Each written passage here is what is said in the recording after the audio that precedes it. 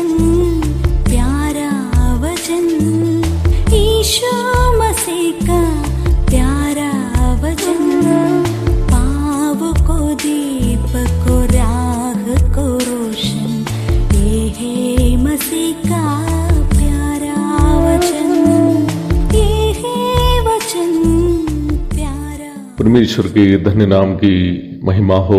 प्रभात मनन के सत्र 1845 में आप सभी का बहुत ही विनम्रता के साथ स्वागत करता हूँ। आइए आज के मनन के लिए हम पढ़ते हैं इब्रानी अध्याय 4 पद 13। और सृष्टि की कोई वस्तु उससे छिपी नहीं है, परंतु जिससे हमें काम है उसी की आंखों के सामने सब वस्तुएं खुली और बेपर्दा है। हम बीते दिनों में ये देख चुके हैं कि प्रभु यीशु मसीह परमेश्वर के वचन का देह रूप तथा पवित्र शास्त्र बाइबल उसी वचन का लिखित रूप है। हम ये भी देखे थे कि पवित्र शास्त्र बाइबल की 66 पुस्तकों में प्रत्येक पुस्तक वचन का देह रूप प्रभु यीशु मसीह की प्रस्तुति विभिन्न रूप में करती है, चाहे विश्वासियों का या फिर अविश्वासियों का। न्याय करने वाला प्रभु यीशु मसीह ही है और प्रभु यीशु मसीह का न्याय करने का मापदंड यही लिखित वचन ही होगा। यूहन्ना अध्याय 5 पद 25 से 27 तक, रोमी अध्याय 2 पद 16। यदि परमेश्वर के लिखित वचन के अनुसार परमेश्वर के देहरूप वचन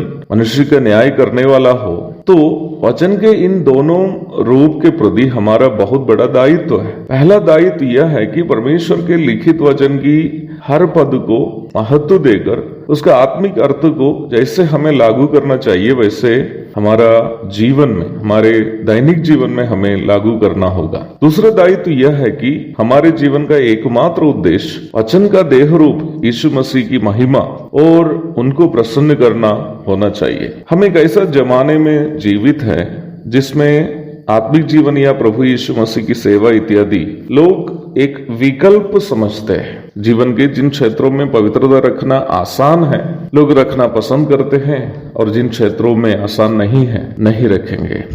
जहां समझौता करना हमारे लिए परेशानी से बचने का विकल्प हो वहां समझौता करेंगे। जहां पर समझौता नहीं करना आसान है लोग वैसे चुन लेते हैं। प्रार्थना, वचन का अध्ययन, कलीसियाई संगति आदि पढ़ाई या नौकरी करने के बाद समय यदि मिले तो करेंगे। इस प्रकार की सोच लोगों के मन में आज है। सुसमाचार प्रचार की सेवा वही लोग करे जिनका कोई काम धाम नहीं हो। मैं लोगों की परिप्रेक्ष्य में बोल रहा हूँ। इस प्रकार की सोच अब सार्वजनिक हो गया है और मसीही कहलाने वाले भी अनंतकालीन स्वर्गीय जीवन से अधिक तात्कालीन सांसारिक जीवन को महत्व देते हैं। मैं इन बातों को आलोचनात्मक भावना से नहीं कह रहा हूँ, बल्कि वचन से मुझे मिली हुई चेतावनी को आपके साथ बांट रहा हूँ। रोटी और मछली खाकर प्रभु से आकर्षित हुए लोग प्रभु के वचन सुनकर नाराज हो गए और लौटने लगे। प्रभु ने प्रेरितों से भी कहा, क्या तुम भी चले जाना चाहते हो? परंतु पतरस का प्रस्ताव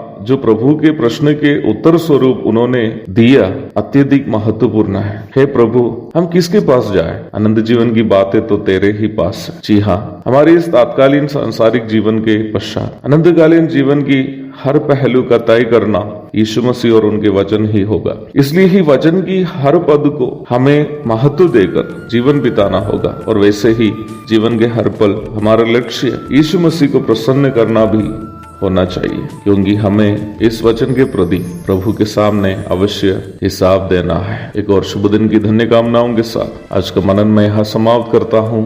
प्रभु आप सबको आशीष दे। आमीन।